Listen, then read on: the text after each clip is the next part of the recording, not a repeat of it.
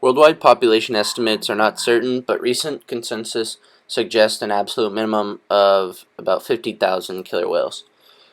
Estimates include about 25,000 in the Antarctic, 8,500 in the tropical Pacific, about 2,700 off the cooler Northeast Pacific, with 1,500 off Norway, and in Japan, their fisheries agency has estimated about 2,300 killer whales in their seas around Japan. Killer whales, the apex predator. They are sometimes called the wolves of the sea because they hunt in groups like wolves do.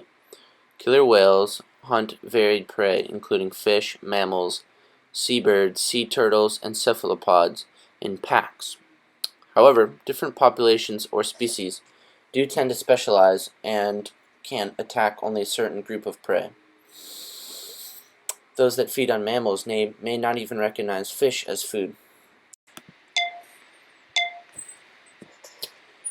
The complexity of the social structure of killer whales can be compared to complex animals such as elephants and even humans. Depending on the type of killer whale, meaning resident, offshore, or transient, these marine mammals may hunt in pods or groups of anywhere from 40 to 6 members. Larger pods, as many as 4 generations of family members, can be seen traveling within a single collective group, which can include children, parents, and grandparents. As with humans, killer whales are very protective of their young and will attack any outsiders if they feel threatened. When they are traveling in large groups, individual killer whales will leave their pods only for short periods of time to forage for food or mate. This can occur when an adult killer whale of a small pod needs to feed his or her children. Larger groups of killer whales may hunt in groups and use complex hunting methods to isolate, attack, and capture their prey, which you can find video on YouTube of killer whales systematically attacking a seal on an iceberg. When it comes to socializing with another killer whale, communication typically involves using a series of clicks and whistles to inform other dolphins of important information. And I say dolphins because technically killer whales are a type of dolphin. The amount of vocal communication that occurs between killer whales varies from one pod to another. Communication may also occur using physical gestures such as touches, jumping out of the water, which is called porpoising, charging, lunging, spy hopping, lobtailing.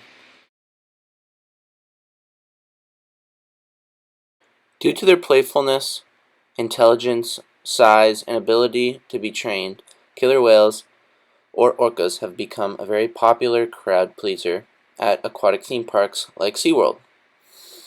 Many activists, however, argue that keeping these orcas in captivity creates an extremely high level of stress among these killer whales because of their intense need for social interaction, open space, and family, since it is a big part of their natural social structure.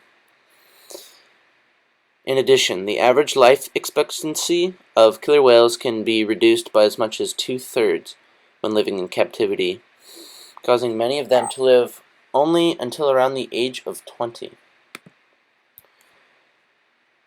Orcas in the wild have been found to live until the age of 90, so it's about 70 years cut off right there.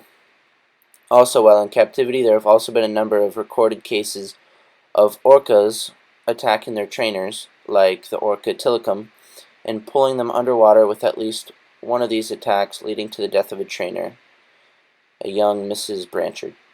Although there have been attacks on these trainers, these situations tend to be very rare. As you can see, there have only been one death, but this is enough for activists and many scientists alike to question whether or not SeaWorld should have the right to put these killer whales in captivity. Another interesting occurrence with killer whales in captivity is the collapsed dorsal fin, which is extremely rare in the wild, but may be because the orcas swim in such shallow waters in SeaWorld, or for other reasons such as unhappiness, but scientists are not 100% sure.